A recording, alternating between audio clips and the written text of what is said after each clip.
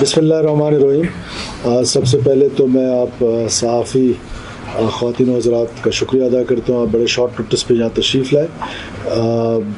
आज सुबह जो एक अंदरनाक किस्म का वाक़या हुआ है उसकी कुछ तफसीलात आपके साथ शेयर करनी थी कि ये स्कूल के बच्चे जो सुबह जिनको माओ ने तैयार करके भेजा कि वो अपने स्कूल जाएंगे और रास्ते में इन बुज़दिल दहशतगर्दों ने उन पर एक व्हीकल बोन आईडी जो थी उसका हमला किया और उस हमले के नतीजे में 46 बच्चे जो थे उस बस में सवार थे, जिसमें से 4 बच्चे शहीद हो गए हैं और बाकी बच्चे ज़ख्मी हैं।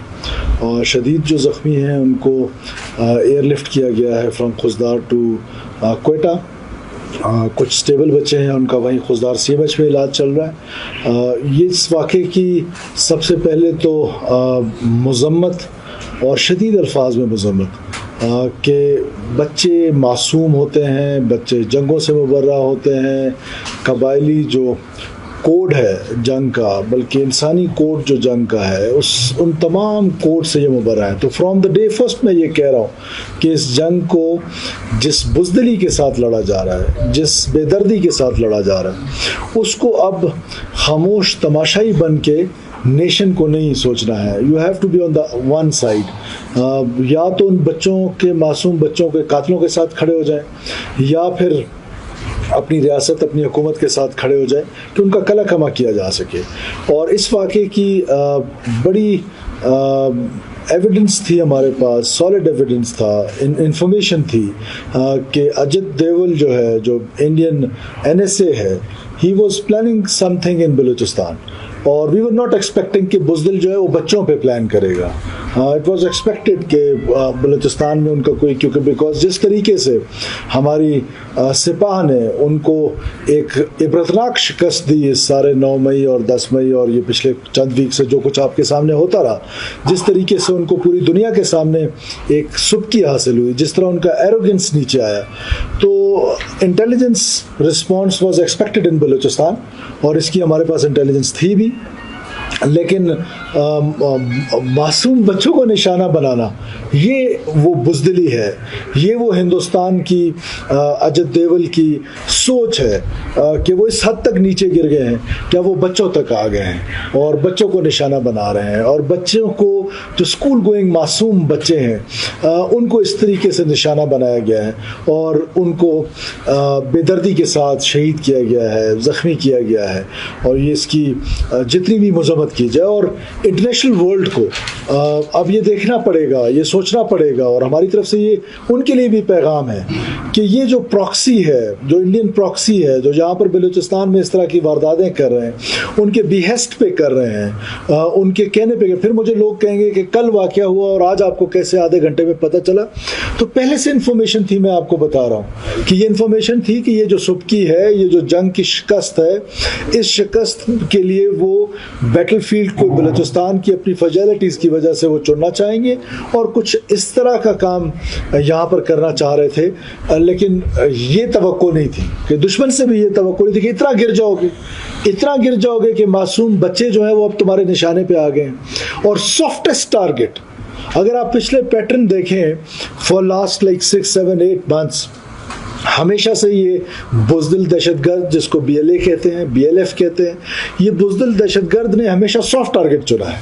वो फौजी जो निहत्था होके जा रहा है ट्रेन पे, वो पैसेंजर कंसिडर होता है। इसी तरह जो मुसाफिरों को उतारा है बसों से, किलिंग्स किए हैं और उनको एथनिक रंग दिया गया कि ये पंजाबियों की किलिंग्स। ये पंजाबियों की किलिंग्स नहीं है, ये किसी बलोच ने किसी पंजाबी को नहीं मारा है। मैं on the cost of repetition बार बार ये कह रहा हूँ कि ये दहशतगर्दों ने पाकिस्तानी शहीद किए हैं। तो अब वो और सॉफ्ट टारगेट पे चला गया है कि वो मासूम बच्चे जिनको माओ ने सुबह तैयार किया, जिनके आंखों में कितनी ख्वाब थे कि क्या उन्होंने आगे अपना फ्यूचर उनका, और उनको आज खून से नहला दिया गया उन मासूम बच्चों को। तो मैं समझता हूँ कि इससे पहले भी एक दफ़ा पाकिस्तान में इसी दहशतगर्दों ने मासूम बच्चों पे हमला किया था और फिर उनका अंजाम उनके सामने था। अब बच्चों की हद तक लड़ाई आ गई, तब कोई गिला हमसे भी ना हो और उसका रिस्पॉन्स जो है वो ज़रूर मिलेगा। लेकिन हम क्योंकि स्टेट हैं, हम क्योंकि हुकूमत हैं, तो हम रिस्पॉन्सिबल लोग हैं।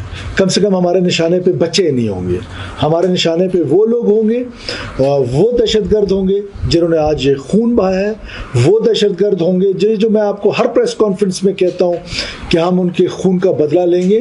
तो बदला लिया जाता है, बदकिस्मती ये है कि उस बदले को जब लिया जाता है उसको हाईलाइट नहीं हो पाता वो, और डिफरेंट रीजंस हैं उसकी, आपकी अपनी कुछ मजबूरियां हैं और लोगों की और मजबूरियां होंगी। मुस्तकिल का इंसिडेंट हुआ, वो लोग मारे गए। उसके बाद ट्रेन इंसिडेंट हुआ, वो लोग जहन्नुम वसल हुए। जो इंसिडेंट हुआ चागी में, नौशकी में सॉरी, उसके लोग जहन्नुम वसल हुए। इंशाअल्लाह ताला ये लोग भी जहन्नुम वसल होंगे। जिस तरह आपने तुर्बत में देखा रिसेंट कि सिक्योरिटी फोर्सेस ने जिस तरीके से वो कमांडर को मारा, वो कमांडर नबील जो था वो एक जगह पे नहीं कई जगहों पर इन्वॉल्व था। 18 हमारे एफसी के सोल्जर्स एक जगह पे ज़ख्मी हुए, कई सिविलियंस को उसने ज़ख्मी किया, मारा, शहीद किया।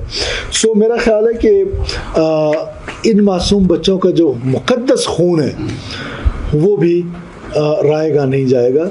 और उस मुक़द्दस खून की कसम खा के मैं आपको कहता हूँ कि आपकी हुकूमत और आपकी रियासत चुन चुन के इंशाअल्लाह ताला उनको जहन्नुम वसल करेगी जिन्होंने ये घिनौनी हरकत की है, जिसमें मासूम बच्चे शामिल हैं, मासूम बच्चियाँ शामिल हैं, स्कूल गोइंग बच्चे, और उन पर हमलावर होके अपने आप को बलोच कहते हो। लानत तो तुम्हारी इस बलोचियत पे, बिल्कुल बलोच कहलाने के लायक नहीं हो। बलोची रवायात, बलोच की सकाफत, बलोच का जंग का कंडक्ट, उसके नज़दीक से भी तुम नहीं गुजरे हो। मैं तुमको लानत के अलावा इसके अलावा कुछ नहीं कहता हूँ कि इसलिए मैं कहता हूँ दहशतगर्दों का ना कोई कौम है ना कोई कबीला है, इनको सिर्फ दहशतगर्द कहा जाए। फिर दुख उस वक्त होता है जब बाकी मांदा पाकिस्तान में कहा जाता है कि ये राइट्स की कोई जंग है। कौन से हकूक़ की जंग है? किसी हकूक़ की जंग नहीं है, ये सिर्फ और सिर्फ इंडियन प्रॉक्सीज है। इंडियन प्रॉक्सी हैं, इंडिया के पैसे लेकर, उनसे पैसे लेकर, टारगेट भी वो उनको देते हैं और पैसे भी वो उनको देते हैं, ट्रेन भी उनको करते हैं, और फिर अफ़गानिस्तान में जहाँ पर उनके ट्रेनिंग कैंप्स मौजूद हैं और पैटर्नेज है।